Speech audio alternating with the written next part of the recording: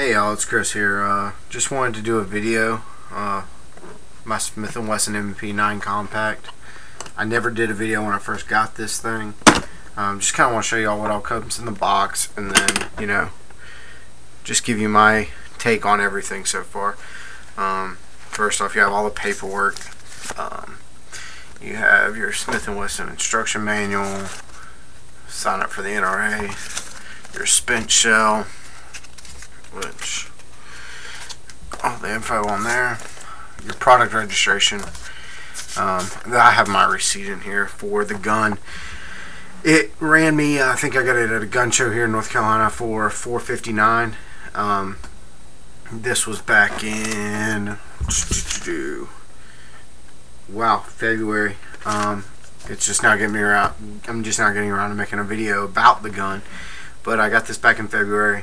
Everybody else was selling them for about $500.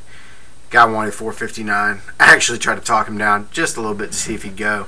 Of course he wouldn't go because he had the best price there and he knew it. So went ahead and got the thing. I've been looking at them for a while. Handled a couple of friends of mine. Never shot one, but they all felt really good in the hand. A couple of buddies of mine have Glocks. I've shot theirs. They shoot good, but at the same price I was getting what I consider a little bit better looking gun, and it feels a little bit better in my hand too. Glock always felt a little bit fat, especially your baby Glocks, your 26, and I decided I wanted to go with something that looked a little bit more sleek. And Smith and Wesson has a great reputation with guns. They always have. And I just felt that would be something I'd like to jump in on. Everybody else has Glocks. You can find Glocks everywhere. So I wanted to go a little bit different direction. Few other things that are in the box.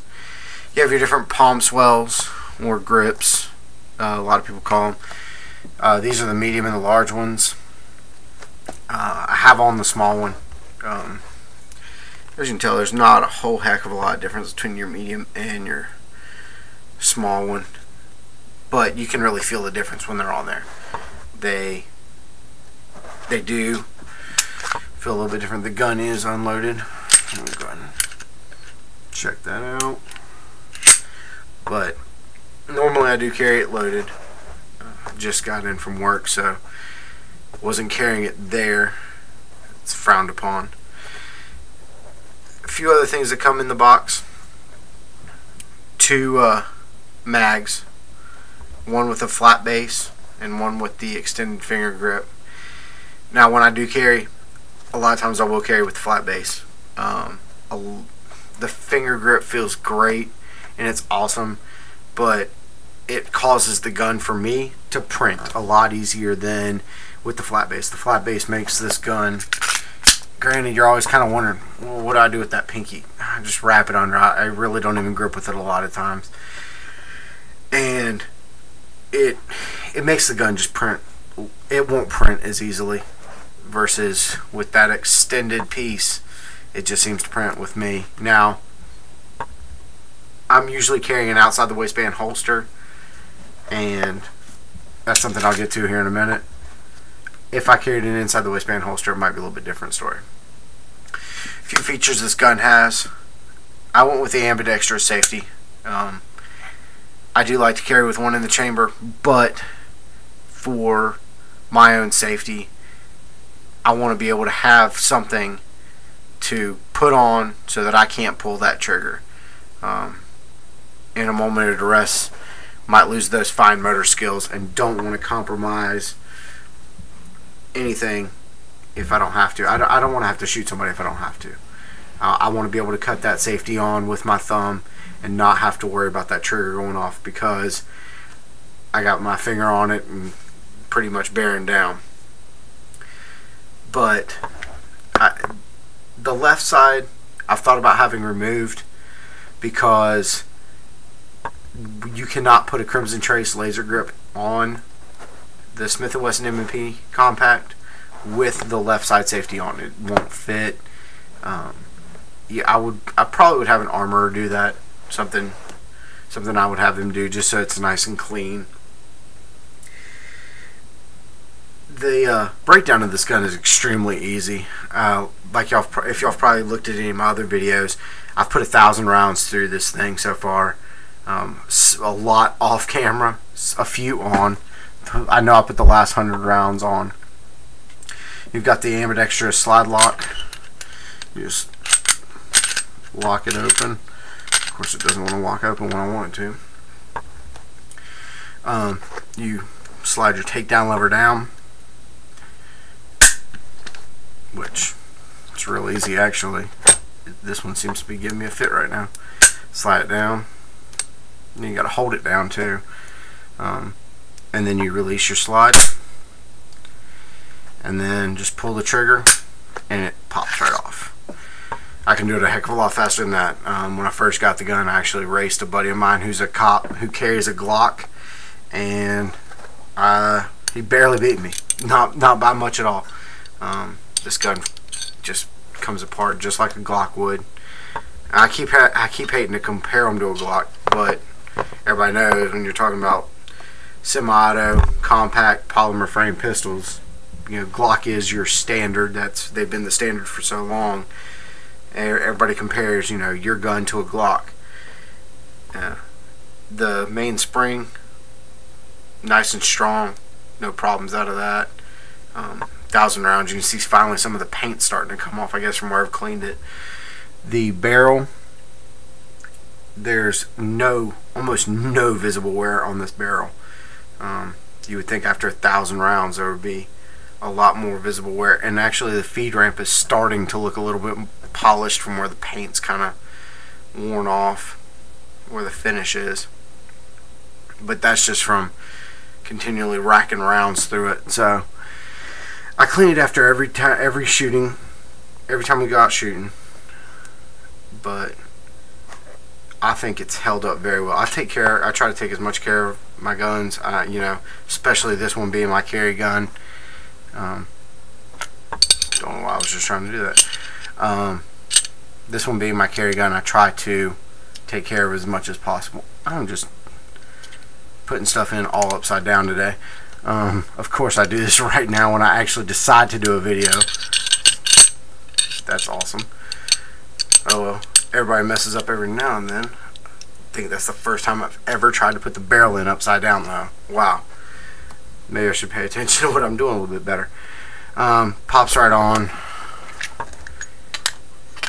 Line up the rails. Rails just slide right on. And then just pull it back. Good to go. She locks in place. I think this is one of the most aesthetically pleasing guns that's out there on the market right now. Especially in this group of polymer frame guns. A lot of people are going to give me grief for not going 40. You know, I actually thought about it, but a lot of my friends have Glocks that are 40s, and I've shot them. Yeah, they shoot good. They're a little bit snappy for me, and in a subcompact or in a compact, I wanted to go with something that I wasn't going to have to worry about the control. Plus, I've got 2 extra rounds. I've got 2 more rounds that 40 doesn't have. You know. It might come in handy one day. I don't know if I'll ever need it. If I do, you know, somebody up there better be praying for me, because if I need all 12, then I got problems. A few other things I bought for the gun that I use whenever I'm on the range.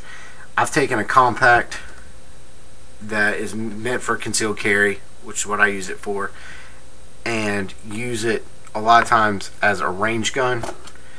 Because whenever I first bought this gun, I wanted a gun that I could use as a range gun, but wasn't too much of a concealed carry gun. My dad actually has a Kel-Tec right now. It's a great, it's probably one of the best concealed carry guns in my opinion. But for the range, it's really snappy. It's, you know, it's not a great pleasure to shoot for a long time, and this is.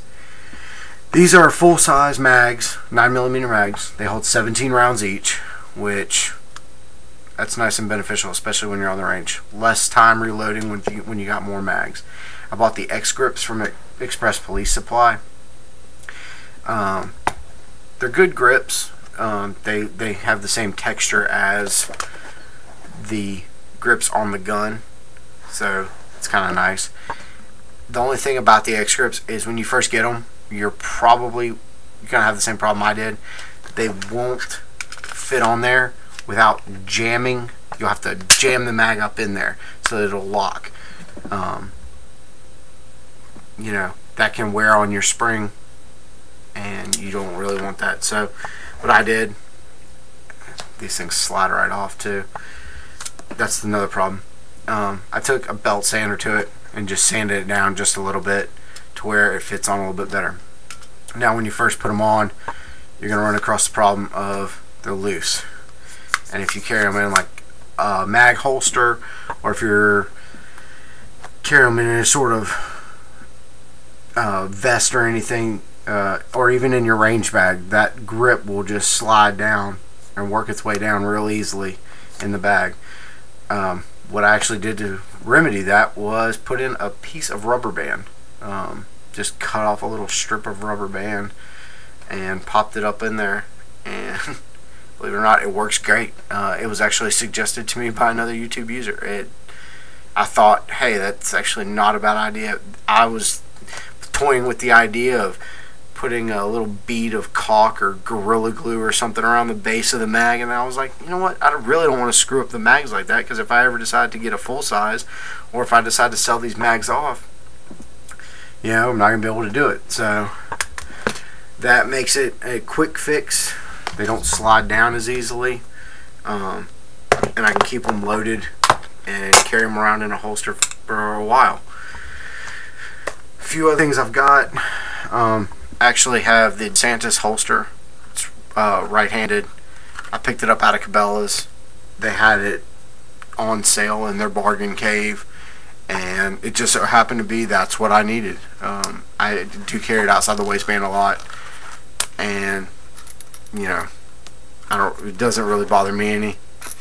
I'm proud to show off that I carry a gun around. It's a Second Amendment right that I'm proud to have. So I enjoy that quite a bit. It feels good. I mean, half the time I don't even realize I'm wearing it. I didn't realize I had it on the other day whenever I went into Walmart, and it got a couple weird looks, but hey, you're in Walmart. What do you expect? Another great feature about this gun is a Picatinny rail. That makes laser mounting, light mounting, whatever you'd like on there. Actually, I'm going to do a review on this later. I bought a TLR3 streamlight light. Mounts right on. I just popped it on real quick. I'll show more in the video, but for me, that's what whenever I get home and I take that gun off, I pop that on and it goes in the nightstand before I go to bed.